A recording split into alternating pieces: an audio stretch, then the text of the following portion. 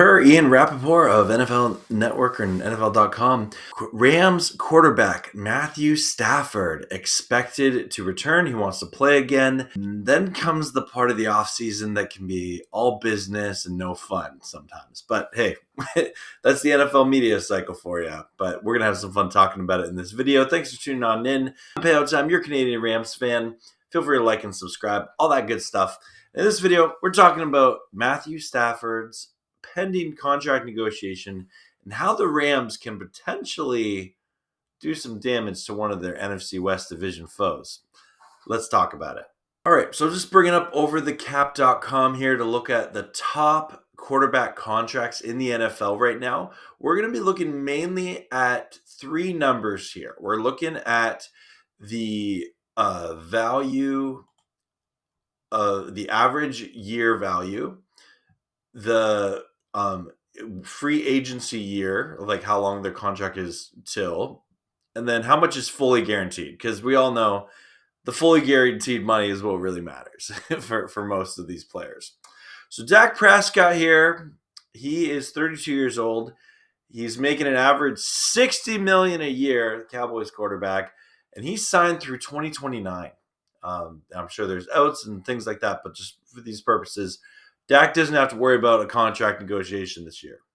Same with Joe Burrow, Jordan Love, Trevor Lawrence, Tua Tagovailoa. They all had deals. Look at these, like 2029, 2031.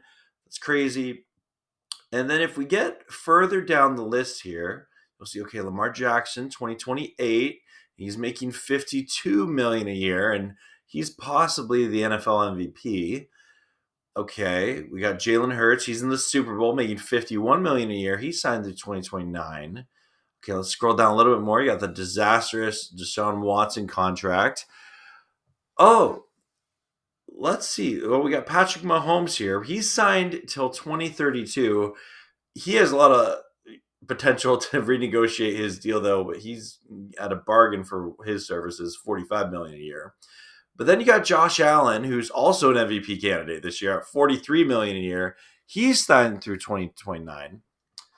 But Stafford is right there at $40 million a year average salary.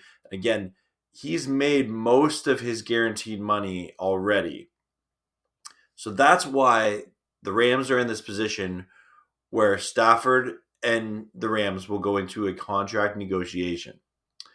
Now, you might have noticed there is one name who is a starting quarterback in the NFL who is not on this list. Well, he's on the list. He's severely farther down here. No, it's not Aaron Rodgers or Derek Carr, Baker Mayfield, or Geno Smith, even though Geno probably, something's going to happen with him. Who knows? It's not with Sam Darnold. He's going to get some money. He's going to get paid, this year by someone. Who could it be? Not CJ Stroud. He's still on a rookie deal. Is it Trey Lance? No, but he does play for the team that Trey Lance got drafted by. That is the one, the only, who is way down. Wow. He's past Carson Wentz, Will Levis, Joshua Dobbs. Where are you, Brock Purdy? I knew he was down here, but there he is. Okay, so Brock Purdy is way down here. He, for the first time ever, will enter into contract negotiations. Maybe not ever, but for his big deal.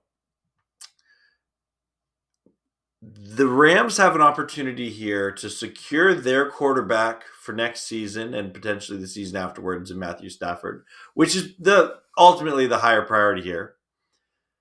But the 49ers have been really brutal with contract negotiations every offseason. It seems like whether it's Brandon Ayuk or Deebo Samuel, right, or Nick Bosa, they go long periods of time waiting, and going back and forth. Do you remember the Brandon Ayuk trade rumors and stuff that happened last year?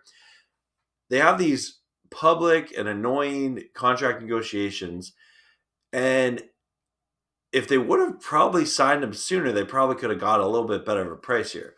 So I actually think Stafford having his negotiation done quickly not only helps the Rams, it also does hurt the Niners. They'll have to pay Brock Purdy more, right? Uh, I don't see a scenario where the Niners don't pay Purdy. And when you look at the list of quarterbacks here that definitely both Stafford and Purdy play better in, there's going to be some money here. There is some differences just because I think Brock Purdy being, I think he's like 26, younger, he might negotiate like a longer contract where Stafford cares more about the guaranteed money like right up front. So again, I'm not a general manager. I don't claim to know everything about contract negotiations in the NFL, but as a fan who's been following the offseason for the majority of my life, I enjoy this aspect of the offseason of the quarterback carousel. Last year, a lot of quarterbacks got paid. This is a year where it does look like there's less. Stafford is one of the bigger names out there. Brock Purdy is definitely a huge name, and I think I'll be surprised if the Niners change their way and don't sign him until the summer or after the draft, just because it seems that would be that's the way they operate. Anything different would be a change, and which people change. Front offices can change. Maybe they're like, "Hey, we're fed up with being the last team to sign a guy." We'll see. But let me know in the comments below, what do you think about this? I'm excited for Stafford's contract negotiations to take place this soon. I'm kind of surprised. I thought we'd have to wait at least a couple more weeks before we heard from Stafford or if he's expected to return. There wasn't too much indication from him that he was going to retire this year. It was always sort of on the fence. And even like his end of season presser kind of led you to believe that he wanted to keep playing, but he's got a cool wife. He's got some cool kids. He wants to do some cool things with them. But it seems like he's going to be cool and wants to be a Ram again next year, which I'm excited about as a Rams fan. And I think that the Rams can be a Super Bowl contending team this year with Matthew Stafford as their quarterback. The reality is this contract negotiation is one of the dominoes that need to take place in this NFL offseason for the Rams. This domino will affect Cooper Kupp. It will affect A.J. Jackson at the left tackle position. It'll affect Kyren Williams and his contract negotiations, if he's potentially getting it extended or not. There's lots of dominoes that are going to fall because of this. I'm so thrilled as a Rams fan that the Rams are being professional and that Stafford's being professional too.